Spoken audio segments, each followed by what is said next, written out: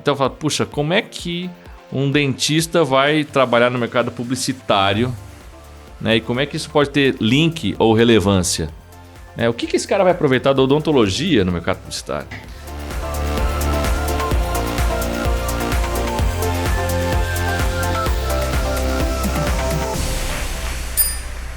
Oi, gente, aqui é o Silvio, mais um podcast do Vira o Jogo, e hoje comigo um amigo, um mestre, um mentor. Imagina. Um cara que a gente chama de paixão. Você é o mentor.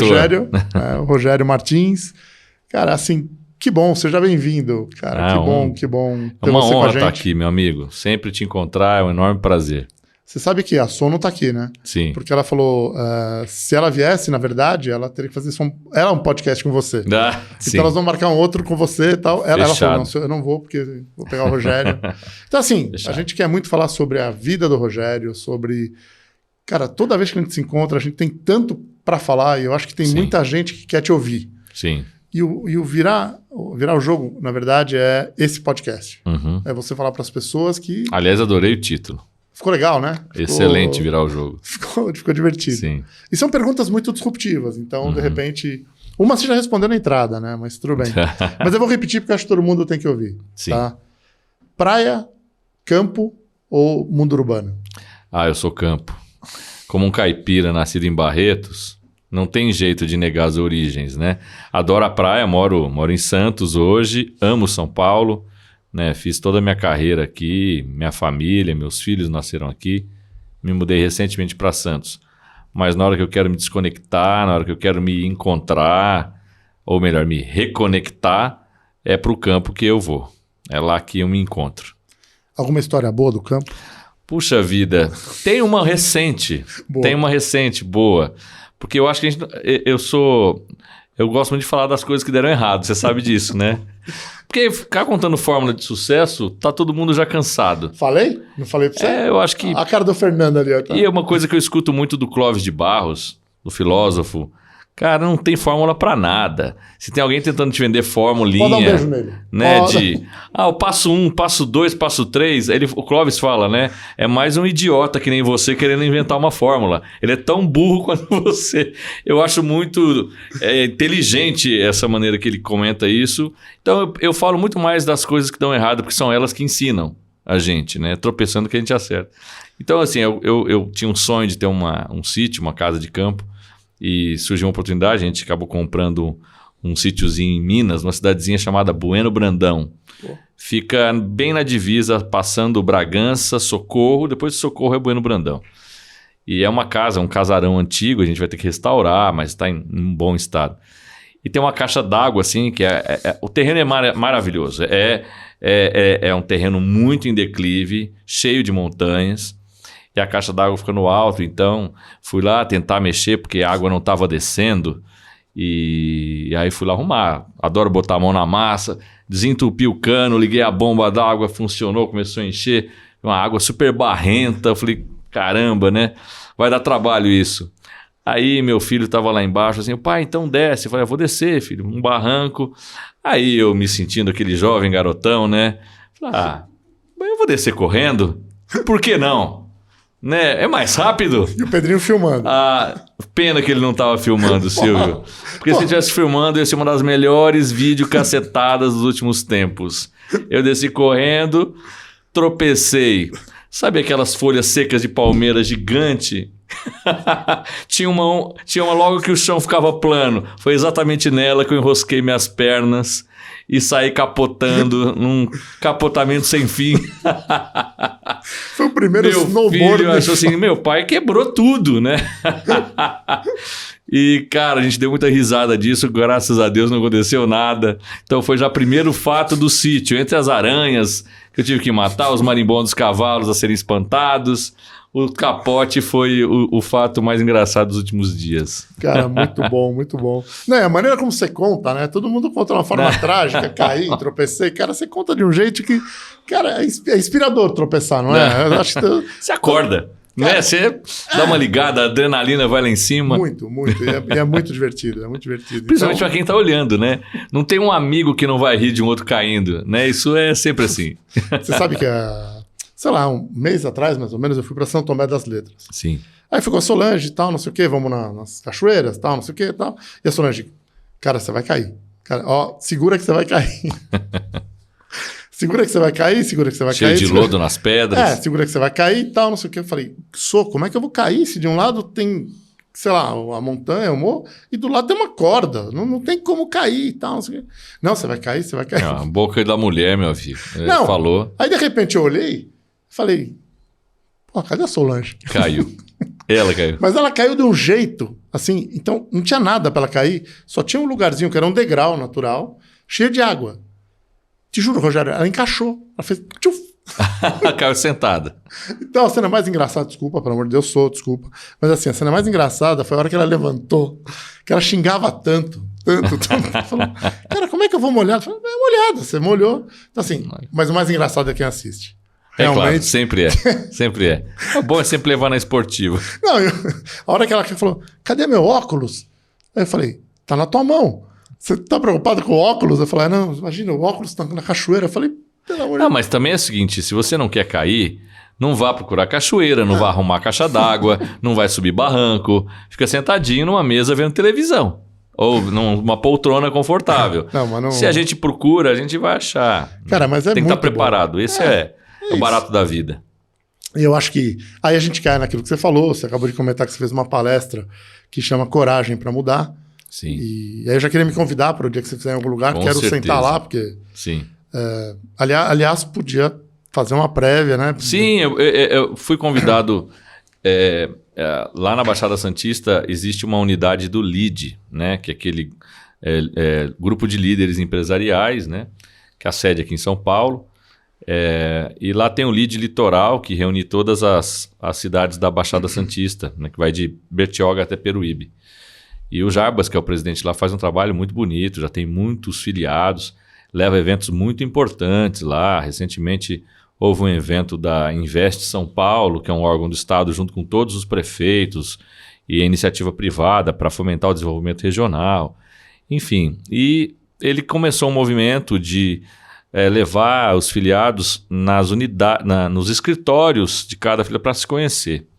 E ele queria começar pelo escritório da Blumed, né? Que é a empresa que eu trabalho. Mas ele quis começar pelo LEAD Mulher. Porque tem o LEAD Mulher, o LEAD Futuro, que são de jovens, e o LEAD, né?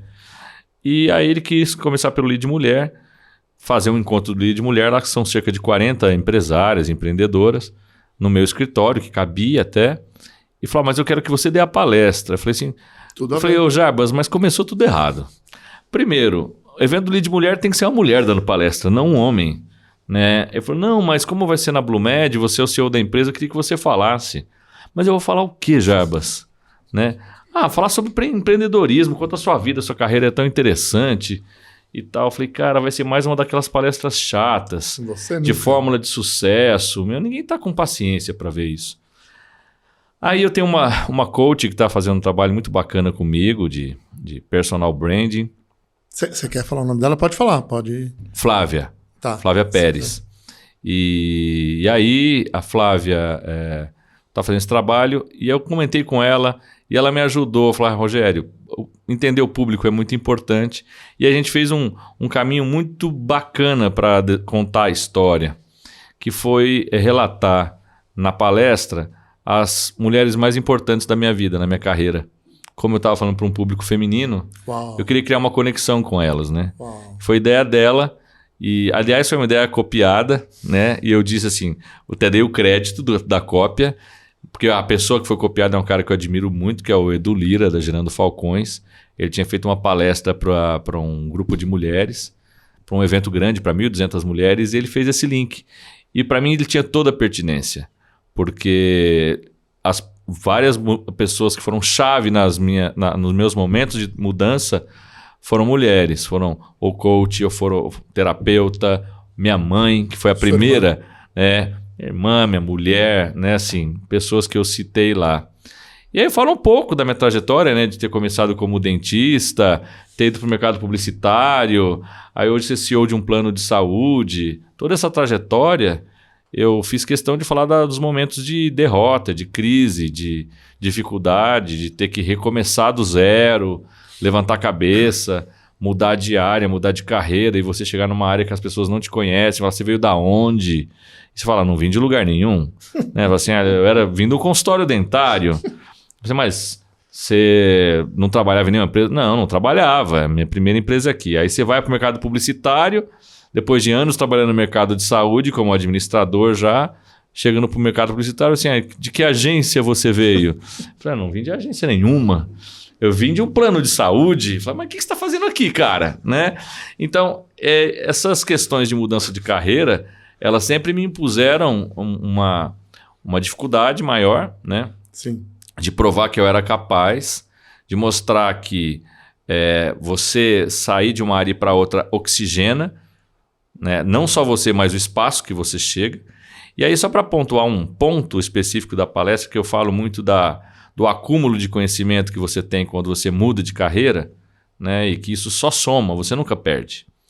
Então eu falo, puxa, como é que um dentista vai trabalhar no mercado publicitário, né? E como é que isso pode ter link ou relevância? O que esse cara vai aproveitar da odontologia no mercado publicitário? E aí eu vou dizer que foi a primeira coisa que eu aproveitei.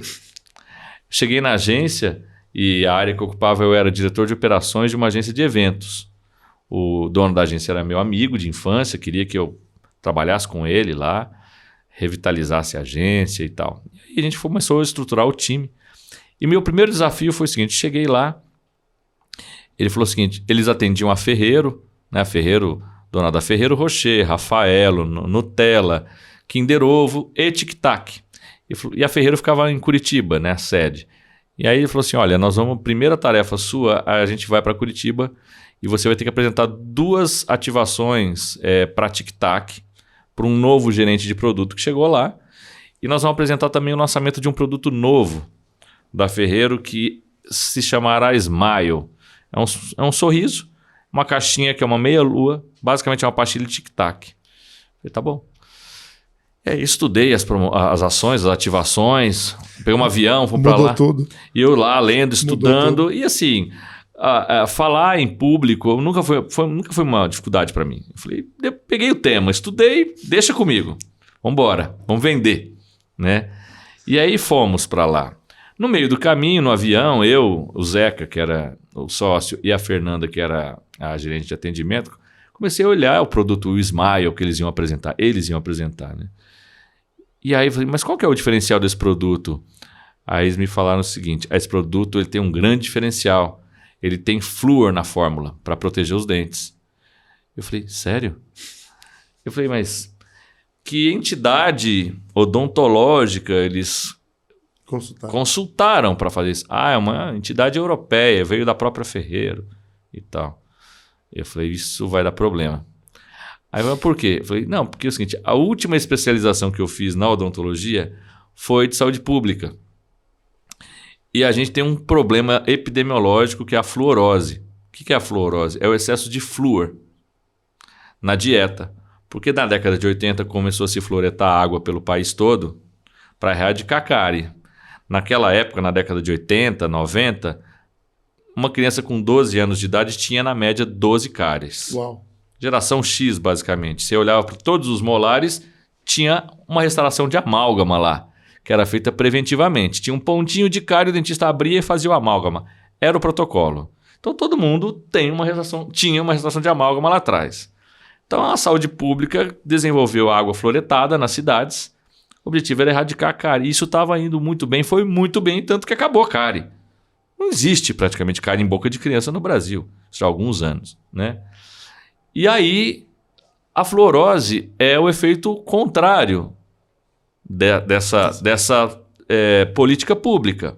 Porque aí você passou a escovar o dente com água fluoretada, beber água fluoretada, comer molho de tomate feito com água fluoretada e assim por diante. Produzir um excesso.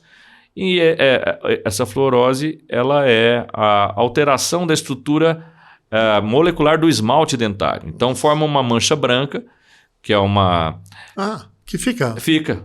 É uma mancha branca, que é se eu me lembro ainda, o esmalte é a hidroxiapatita que é formada, que a estrutura do esmalte ela é alterada pela fluorapatita, que é mais fraco que a estrutura da hidroxiapatita.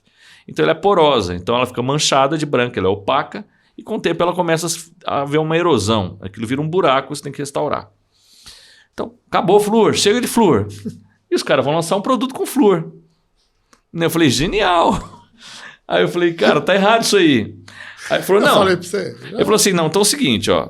Deixa a gente apresentar a campanha, porra. Tá linda a campanha.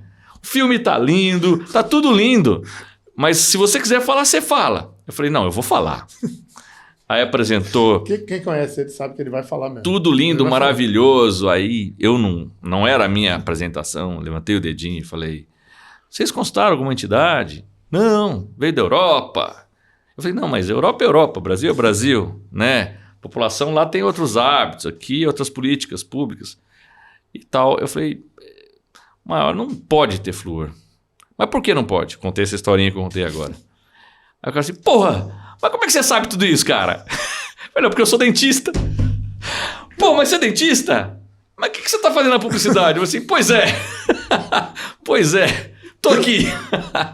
E aí, eu conto isso na minha palestra porque, assim, foi a primeira interação minha na publicidade, foi dizendo que eu era dentista e mudando todo um desenho de produto que ia ser lançado, já estava indo para a linha de produção, né?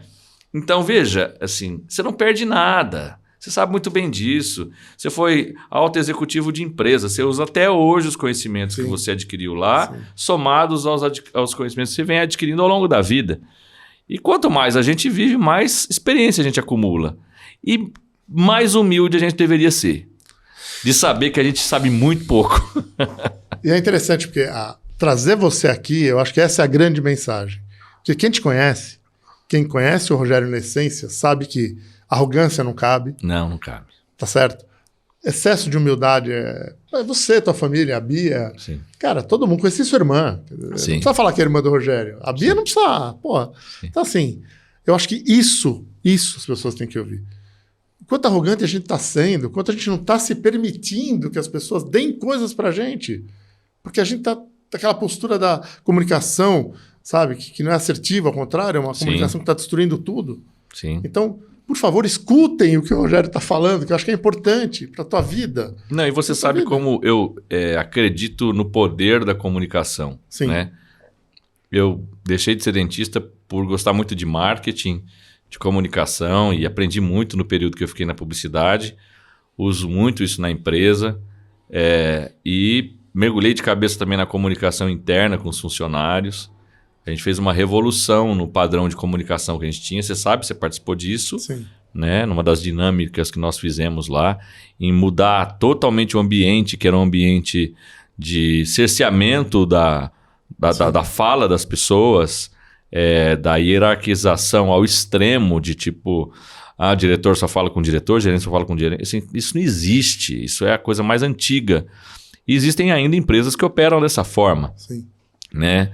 E então a gente promoveu uma revolução na comunicação, tanto externa quanto interna, tentando tornar uma empresa de saúde, um plano de saúde com uma visão simpática pelo lado do cliente, mas muito preocupado com o meu cliente interno, meu funcionário, que é quem carrega o piano nas costas, que é quem tem que entregar o serviço. E eu acho que a comunicação, o mundo, né? A pandemia trouxe para quem tem consciência, porque tem gente que vai morrer sem consciência e tudo bem. Cada um está no seu processo evolutivo. Não importa, a gente está fazendo melhor, respeitar. A intenção foi boa, tá tudo... Exato. Mas a pandemia, ela trouxe uma mensagem que ela é inquestionável. Pode ser que tenham pessoas que estejam aproveitando, outras não. Mas o fato é, a vida é um sopro. Ponto. Infelizmente, temos o caso recente do João Paulo Diniz, né? A última pessoa que qualquer um poderia pensar que ia morrer de uma morte súbita de um problema cardiológico era ele.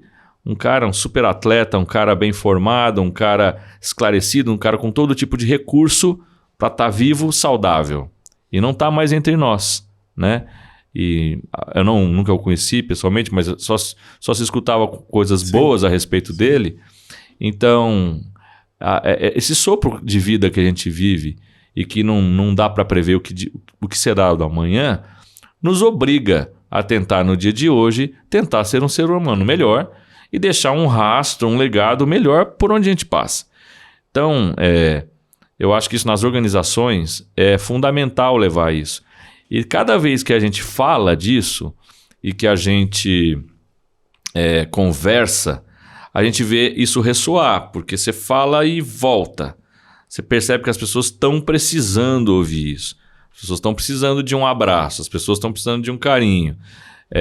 A pandemia afastou, desconectou, tornou o mundo mais individualista, porque a gente percebeu que ficar em casa com a porta fechada você ficava mais seguro. Se já as relações pelas redes sociais eram fortes, ficaram mais fortes. Então, assim, muitas amizades se distanciaram nesse período. Então, existe uma carência latente de afeto, de carinho, de olho no olho, né?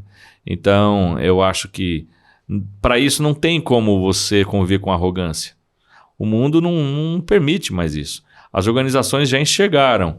Pena que a maioria e é uma coisa que a gente fala muito isso, a gente falou isso na última dinâmica, né? Para mim, para você, para um monte de líderes que eu conheço, e tem líderes espetaculares espalhados por aí, fazer o que se preconiza nas organizações hoje, para alguns líderes é fácil porque é inato.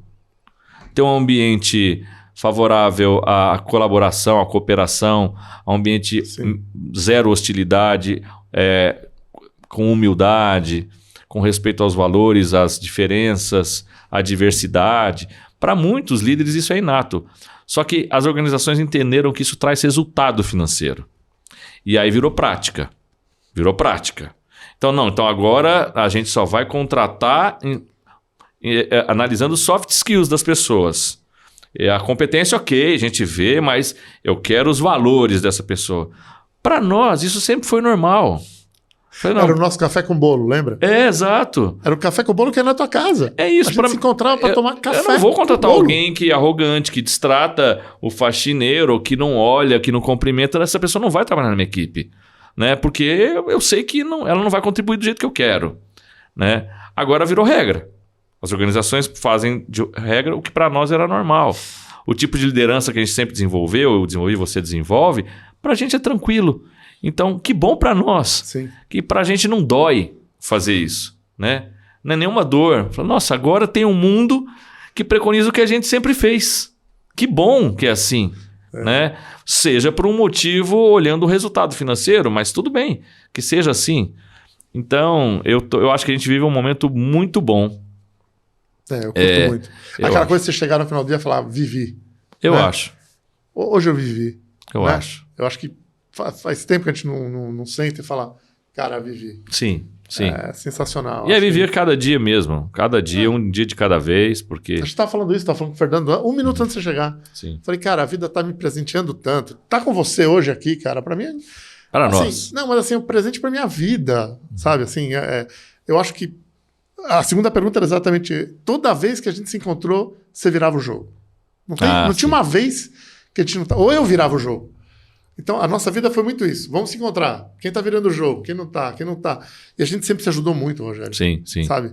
Quantas vezes te liguei, cara, eu tava numa pior. Cara, você sempre me atendeu. Você sempre me acolheu. Você sempre me recebeu na tua casa. Sim, o maior prazer do mundo, imagina. Então, assim, eu acho que é importante as pessoas ouvirem, porque é a essência. Sim. Eu tô super emocionado, daqui a pouco... Mas você sabe que eu acho que uma das grandes viradas... um dos dias mais emocionantes que eu tive nesse ambiente corporativo, eu acho que eu já te falei isso, mas se você não se lembra, eu vou falar de novo.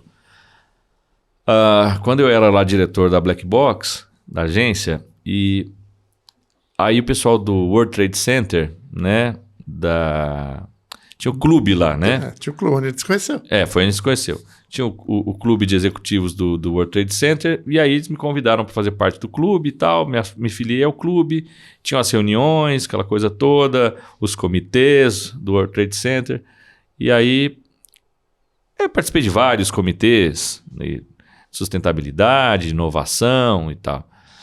E aí no dia que a gente fez aquele workshop lá com você, eu me lembro muito bem que ali só tinha...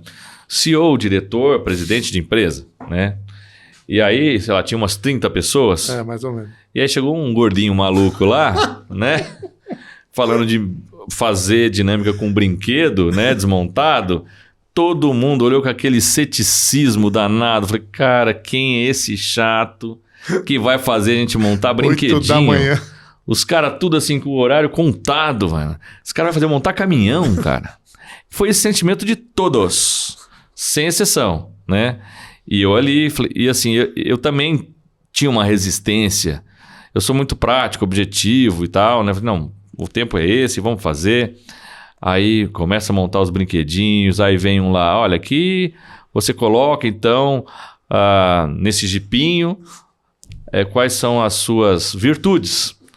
E aí os caras com uma dificuldade enorme em achar as virtudes, né? Mas eu não tenho 7 virtudes, eu tenho 3, 4. Não, bicho, tem, acha aí, põe aí as virtudes que você tem, cara, né? E aí põe as virtudes. E aí a dinâmica, um dia, quem nunca ouviu, eu não vou detalhar porque é uma dinâmica importante. E aí depois vem a dinâmica da casinha. Ó, põe aí seus sonhos. E aí quando você pegou e falou dos caras pararem um tempo para se olhar, para olhar para a família, para olhar o que ele estava fazendo com a vida dele, se as virtudes dele estavam sendo empregadas nos sonhos, na realização dos sonhos que ele colocou na casinha. E mais, quando você pegou e falou assim, olha, eu garanto que desses sonhos que estão na casinha aí, mais de 90% não tem a ver com dinheiro. Aí eu olhei pra cara dos monte de sujeito, uma lágrima escorre aqui, outra lágrima escorre aqui, aqueles marmanjos tudo chorando. Aquele dia foi um dia de virada. Aquele dia foi um dia de virada que você promoveu num monte de executivo ali, que só estava pensando no resultado do negócio e tal. Você parou e eu acho que o mundo ele tá sempre vivendo esse ciclo. Que o ser humano ele se enfia no trabalho, no resultado, gerar riqueza. A gente vive disso, vive no mundo capitalista, mas a gente precisa das pausas e de alguém que pega a gente pelo braço e vem cá, para, respira fundo, né? Sente o teu ambiente. E aquilo mexeu muito comigo, Silvio, porque eu já era predisposto a pensar dessa forma dentro das organizações, sim, mas ali você foi fundamental. E eu sei que você não foi fundamental só para mim, para um monte de gente. E ali você ganhou um admirador, você sabe, desde aquela época, né? Quantos anos fazem isso? Puxa, isso deve ter sido 2010. Faz 12 anos. 12 anos. Que 2010, coisa, 2009, por aí. Por aí. Foi mais de 10 anos. Que coisa, né? Pois é. E a gente não se largou mais, hein, não. Bia? Na boa. Exatamente. Sempre nesses movimentos, né? A gente mudando de emprego, você mudando de projeto, né? Criando projetos novos. Por isso que eu falei. Porque, na verdade, o Rogério sempre, para mim, foi um grande mentor de direção. Uhum. Sabe? Você sentava comigo e falava, cara, não. Não, aqui não. Aqui não tá pegando. Então, assim, eu acho que a gente tem muito isso, né? A gente precisa disso. E você realmente... sinceramente, eu não chegaria onde eu cheguei se... Cara, porque direção é fundamental. É. Direção é tudo. E eu acho que mais do que isso, né, nessa palestra que eu fiz, eu terminei dando uma mensagem, que para mim era a mensagem principal que eu queria passar, que o mais importante de tudo é a gente se autoconhecer. Né? E as pessoas fazem pouco esse mergulho. E eu sempre busquei me autoconhecer, sempre fiz análise, terapia, sempre fiz vários tipos de terapias alternativas, você sabe, Cabala, minha irmã era diretora do Cabala Center, fui lá, né? Fiz Cabala 1, Cabala 2, Reiki. Eu, quando era dentista, estudei Reiki para aplicar Reiki nos meus pacientes. Então, sempre busquei outros conhecimentos, né? E, para mim, o mais fundamental do ser humano, em qualquer momento, é se autoconhecer. E foi a mensagem que eu dei, porque eu percebi na palestra para as empreendedoras que lá estavam, tem muitas pessoas insistindo no empreendedorismo, né? E talvez estejam uma série desses aí assistindo a gente agora, né? Que tá ou porque perdeu o emprego, sim, ou porque a pandemia mudou a realidade, a pessoa está investindo num pequeno negócio, enfim. A gente sabe que tem 12 milhões de desempregados ainda lutando, ou foi fazer Uber. Então, eu dei essa mensagem no dia da palestra, porque assim, eu sinto muitos empreendedores, pequenos empreendedores, lutando, porque acreditam que serão empresários de sucesso. Né? Eu, quando escolhi odontologia, não queria ter chefe. Era uma das coisas. Eu queria ajudar as pessoas e eu não queria ter chefe. Eram as 2 coisas que eu sabia. Falei, vai ser odonto, então. Queria fazer medicina, aí eu tinha 2 tios médicos que acompanhei eles no hospital, no dia a dia, e falei, não é pra mim. Eu quero ter uma vida mais light, quero ter um horário de segunda a sexta. Então, falei, vou fazer odontologia. E aí, eu tinha essa coisa de não querer ter chefe. E o que eu descobri é o seguinte, você não precisa ser empreendedor para se sentir empreendedor. Porra, essa Porque é o seguinte, essa é no coração. Os melhores desempenhos que eu tive até hoje não foi como empreendedor, foi como executivo em empresas que me deram espaço para ter pensamento de dono, que é o que todo empregador quer de um funcionário, que ele tenha senso de dono, Sim. que ele vista a camisa da empresa, que ele faça o trabalho dele, mas que ele pense como dono da empresa. Então, um empregador que tem um cara lá, uma mulher, com visão empreendedora, que enxerga um monte de oportunidade dentro daquela empresa e dá o resultado que ela dá, ela vai dar um resultado muito bom para o negócio. E ela vai se realizar se ela tiver espaço do dono da empresa para ser quem ela é. Né? E nas empresas aonde eu passei, eu sempre tive esse espaço. Né? Por isso que os resultados vieram, né? Vieram bons resultados. Então é uma mensagem que eu dou para quem está vendo a gente. Às vezes a pessoa está ali há anos tentando com um negocinho e a coisa não vai. É importante se reconhecer também, assim, até onde entregar o teu limite. Eu passei por uma experiência que, assim, tem hora que você confunde a persistência com insistência. É difícil saber esse limite. Às vezes tem um familiar meu, você não está na hora de desistir disso? Fala, não, eu vou até o fim, porque o empreendedor não desiste nunca. Né? Tem esses mantras. Sim. Não, desiste sim. O negócio está dando um prejuízo, não acaba o prejuízo, você está perdendo o patrimônio, tem hora que tem que dar um basta. Né? E fala assim, não, peraí, será que não tem nenhuma empresa que vai enxergar em mim esse baita valor de empreendedor que eu tenho lá? Cara, tem um monte. Tem um monte. E é o que os empregadores mais buscam hoje. É esse espírito das pessoas, empreendedores, esse espírito, esse senso de dono, e para poder exercitar. Então, a gente sempre trocou muita ideia a esse respeito. Sim. Mas a base disso tudo, para mim, é o autoconhecimento, é saber o que você não quer, né, em primeiro lugar. Sim. Porque aí fica fácil. Muito bom. Mudando de assunto. Vamos lá. Completamente mudando de assunto, que eu acho que é muito legal e... Cara, tô muito mexido quando você fala. Você adora a Fórmula 1, cara. Gosto, muito. Você adora a Fórmula 1. Gosto, amo o automobilismo. De uma maneira geral. Sim, sim. Né, os teus carros, você curte. E por quê? Olha, eu não sei. Eu gosto, na realidade, eu gosto muito do senso de liberdade. Sabe? Eu gosto de automobilismo, mas, por exemplo, eu gosto de voar. Né? Eu já voei de paraglider. Quero fazer. Esses dias eu fiz um voo lá na Baixada, óbvio, com o instrutor, e estou bem disposto a fazer a instrução para voar, voo livre, né? Nunca tive medo de voar em avião pequeno.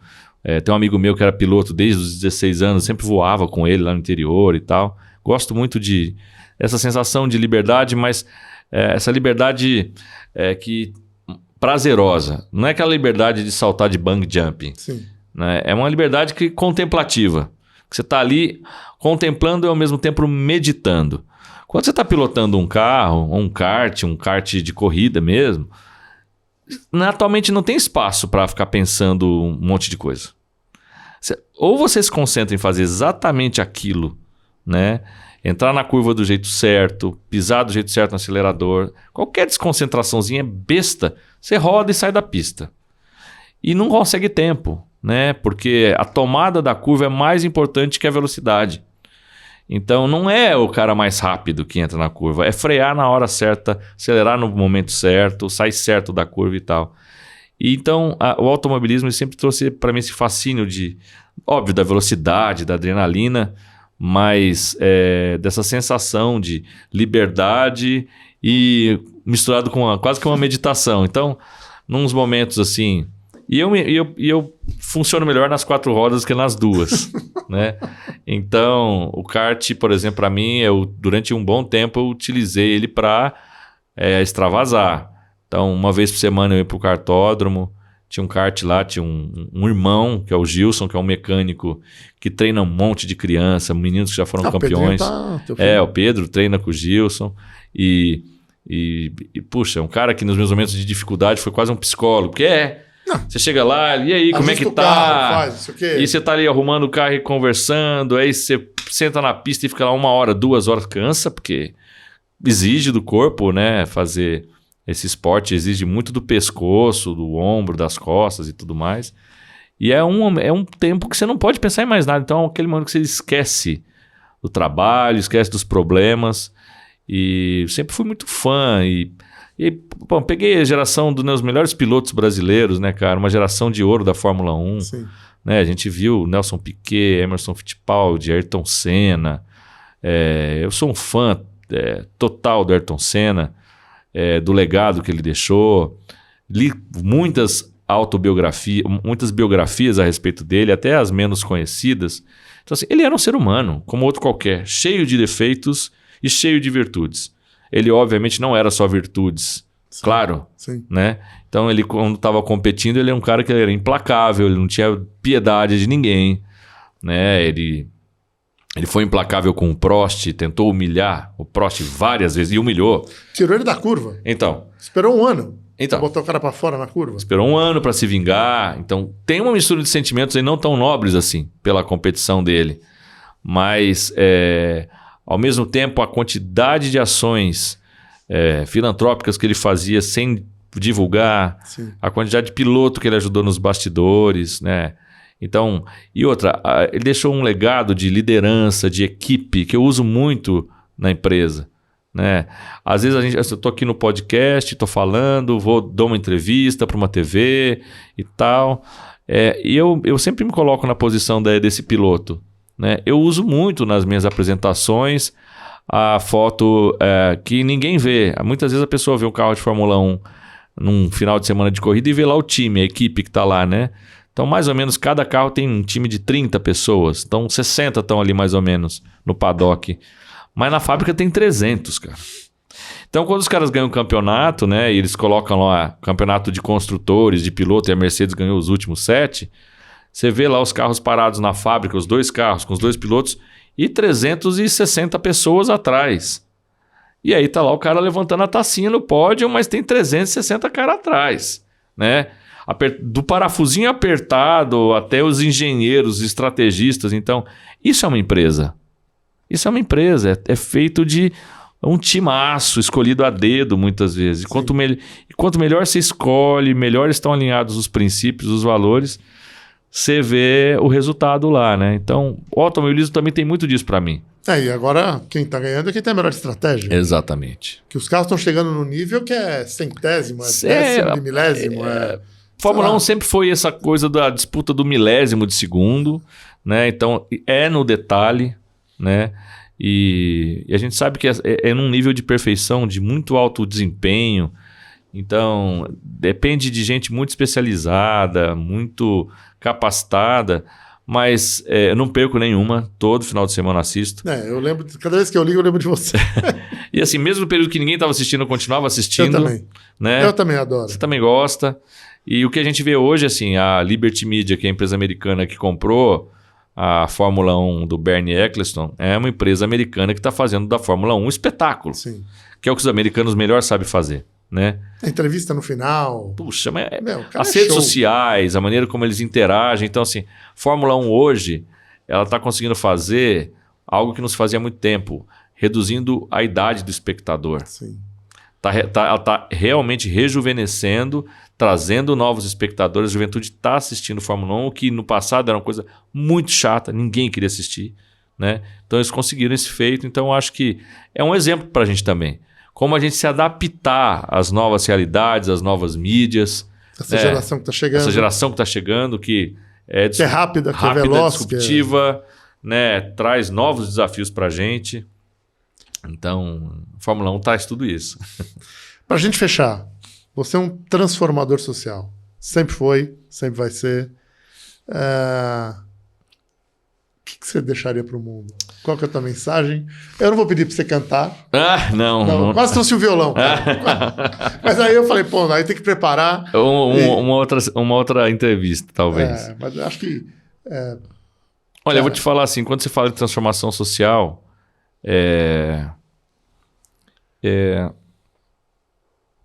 a gente teve uma educação, né, Silvio? Eu não gostaria de misturar religião com isso, não, porque eu acho que... Mas religião tem um papel importante, sim. Não pela religião, e sim pelos valores que a gente aprendeu. Sejam eles judaicos, islâmicos, cristãos, budistas. Não tem uma religião que prega o ódio. Não tem uma religião que não prega você olhar para o próximo com amor, com carinho, estender a mão. Não tem. Você pode se aprofundar em qualquer uma delas. Sim. É o ser humano que deturpa o que elas falam. Mas... Nós que tivemos uma orientação, eu tive uma orientação cristã, você uma orientação judaica, a origem basicamente a mesma, né? Eu acho que a gente tem que sempre pensar em deixar um mundo melhor do que a gente encontrou, né? E olhar de fato a pessoa que está ali do teu lado como um irmão mesmo. Pode parecer difícil, piegas, isso, mas eu penso exatamente assim. Então, lá na Baixada Santista, usando um pouco das coisas que a gente faz lá na Blumed, a gente tem alguns projetos sociais que a gente abraçou, que eu convido você que está vendo a gente no podcast, entrar no YouTube da Blumed Saúde, você vai encontrar alguns vídeos lá muito legais. Nós temos 2 projetos de inclusão, 3 projetos de inclusão dos quais eu me orgulho muito de ter ajudado a construir. O primeiro deles é o projeto de Surf Senior. É um projeto que tem... hoje, para mim, pessoas jovens com 50 anos, mas ele é a partir de pessoas com 50 anos, mas o nosso garoto propaganda, o casal garoto propaganda, que é o seu Chico e a dona Edmé, que é um casal, ele tem 76 anos e a dona Edmé, se não me engano, tem 72. Eles começaram a surfar porque o filho era surfista e ficou cego com 40 anos. E ele queria continuar surfando. E aí o professor de surf, que é o Cisco, que faz um trabalho belíssimo, Cisco Arana, e que foi campeão brasileiro, e é um professor de educação física e tal. O Cisco falou, olha, para ele surfar cego, ele vai precisar de apoio. E ele falou, o apoio ideal seria dos pais, que vocês acompanhassem ele do lado da prancha. Então ele fez uma prancha adaptada, com EVA, com um limitador para ele saber onde terminava a prancha, começou a construir essa prancha adaptada, e aí os pais começaram a ajudá-lo e começaram a surfar para ajudar o filho. E aí eles começaram a surfar com 58, 60 anos e surfam até hoje com 77, 75, né? Então, essa escola de surf hoje ela tem 180 alunos. Uau! 180 alunos. Ela já foi matéria de tudo quanto é TV aberta e, inclusive, tem um programa do canal Off. Isso era um programa inteiro, acho que de 40, 50 minutos, com a dona Edmé. Ela foi a principal entrevistada, mostrando a história dela toda lá. Então esse é um projeto do qual eu tenho muito orgulho, está deixando um legado. Tem um segundo projeto que o Cisco também lidera, que a gente apoia esse projeto 100%, que é o projeto de surf adaptado para portadores de deficiência. Então lá nós temos autistas, nós temos cegos, paraplégicos, o Rafa, que é o garoto propaganda da escola, ele tem paralisia cerebral e começou a fazer surf com 8 anos, quando ele não andava e não se comunicava e tinha 8 convulsões diárias. Hoje ele tem 18 anos, ele anda, ele fala e nunca mais teve convulsão. Né? Então, assim, nessa escola nós temos 80 alunos beneficiados pelo esse projeto e essa escola em especial, ela virou uma matéria que foi ao ar no Fantástico, uma matéria de 6 minutos contando a história do Rafa e da escola. E a Globo teve uma delicadeza gigante em não esconder a nossa marca de patrocinador. Então, assim, tem um Blumed na Lycra, bem grande, e eles foram de uma delicadeza. Eu falei com eles, falaram, Rogério, a gente não vai esconder não, porque a gente acha que a gente tem que multiplicar, tem que ter mais empresas ajudando. Foi muito bonito. Tá no YouTube também, procurem lá Surf Adaptado Santos. Assistam, por favor, assistam. Assistam, é linda a matéria do Fantástico. E tem um terceiro projeto que foi uma coisa que me tocou também. Um ex-atleta do Santos, veterano do Santos, não vou citar nomes, mas ele faleceu numa situação muito ruim financeira, quase que sem assistência médica. E me vieram falar comigo a respeito daquilo, se podia ajudar, mas já naquela altura eu não podia fazer muito mais. Eu falei, gente, mas como é que pode? Esses caras deram tanto alegria para o Santos, para a seleção brasileira, são abandonados na velhice. E aí eu tomei a atitude, assim, não podia fazer muito mais, minha verba tomada. Eu falei, eu consigo doar 10 planos de saúde para 10 ex-atletas que sejam aí escolhidos pela Associação de Ex-Atletas. Aí no final a gente deu mais um para virar um time de futebol. Alguém fez essa brincadeira lá, dá mais um, vira um time. Aí virou um time de futebol. E é uma ação também que a gente fez, que hoje a gente tem 11 ex-atletas, mas assim, nomes consagrados que não estão em boa condição financeira hoje, porque são jogadores que jogaram num momento que o futebol não deixava muito dinheiro. Sim. Né? Então, eu acho que isso não é altruísmo. Eu acho que isso é obrigação. É obrigação. Se você está numa posição que te permite, como empresário ou como executivo de uma empresa, alocar parte do teu recurso ou parte do que você faz para ajudar a sociedade onde você está inserido ali, é uma obrigação do setor privado. Sim. Eu falo isso toda hora. A gente não pode ficar só apontando o dedo para a política ou para o Estado, dizendo, isso é obrigação do Estado. E aí eu vejo lá um irmão sofrer, tenho condições de ajudar e não posso. Isso também está ligado ao entretenimento, o setor de eventos que sofreu tanto nos últimos 2 anos. Né? Eu participei desse setor quando trabalhava em agência de evento. Muitos amigos passaram dificuldade, muitos produtores de evento. Ajudei um cinema que estava em dificuldade nesse período. Ajudei um monte de veículos e de pessoas que vivem de programa de TV independente, que a gente patrocinava. Eu mantive o patrocínio ao longo da pandemia inteira, não cortei. Mesmo não tendo o programa sendo produzido, as pessoas em casa. Eu falei, esse é o Rogério. Não, mas não é o Rogério. Sabe o que eu penso? É você, cara. Eu penso o seguinte, a gente não fazia isso pro personal? Né? O personal tava lá, não podia te treinar. Todo mundo falou, continua pagando o personal. A gente não fazia isso que cuidava da nossa casa? Exato. Ela não pode vir. Então eu falei, se a empresa está faturando igual, se eu mantenho lá, as pessoas que têm plano de saúde estão me pagando em dia, por que eu vou cortar o patrocínio dessas pessoas? O dinheiro está aqui, vou manter. Então isso gerou uma relação de confiança com a empresa, com a marca, e eu acho que é obrigação nossa fazer isso, Silvio, você sabe. Eu acho que assim, isso me traz muito benefício, para mim, me alegra, me deixa feliz. Meu celular é um celular disponível, você sabe, todo mundo me liga, todo mundo tem meu número. Não, e você atende. Eu atendo todo mundo. O mais legal é que você atende. Atendo e faço questão de atender. Ontem mesmo uma mãe me pediu para agilizar uma cirurgia. Não, você estava no meio da dinâmica. Pois é. Você pediu licença, falou só um minutinho, eu tenho um cliente me atendendo. Eu falei, eu vou, atendo. Tem todos os canais, mas as pessoas chegam até mim porque sabem que eu sou acessível mesmo. E faço você é um cara muito justo, Rogério. Eu faço questão de atender. Você é um cara muito justo. Obrigado, amigo. Mas você é suspeito. Não, mas eu acho que você tem uma coisa assim dentro de você, uma justiça muito forte. Muito forte. Social, familiar, pessoal. Assim, é muito bom as pessoas ouvirem isso. Sabe? Com você não tem meio ética, não tem meio... Não tem. Não tem. Felizmente não tem. Felizmente. Né? Felizmente não tem. Não tem. Não tem. Mas é isso, meu irmão. Então, se eu tenho alguma mensagem para deixar para todo mundo aí... uma frase, uma música, para a gente refletir, de repente falar... Uma frase que eu ouvi esses dias, para mim, ela me define. É uma frase que eu ouvi do Cortella, ela é de um filósofo, vou me lembrar o nome do filósofo depois. Mas o filósofo diz o seguinte, quem escolhe ser buscador não pode reclamar do percurso. É isso aí.